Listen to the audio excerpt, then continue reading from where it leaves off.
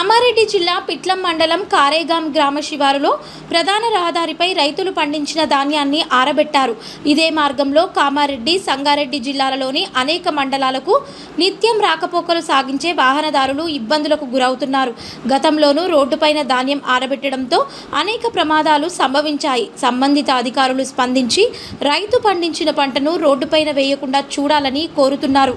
అలాగే ఎల్లారెడ్డి, కామారెడ్డి రహదారిలో పై పంట నూర్పిళ్లతో ప్రమాదాలు జరుగుతున్నా పట్టించుకునే దిక్కు లేకుండా పోతుందని, పంటల నూర్పిళ్లతో గతంలో రోడ్డు ప్రమాదాలు జరిగి ఎన్నో ప్రాణాలు గాలిలో కలిశాయి.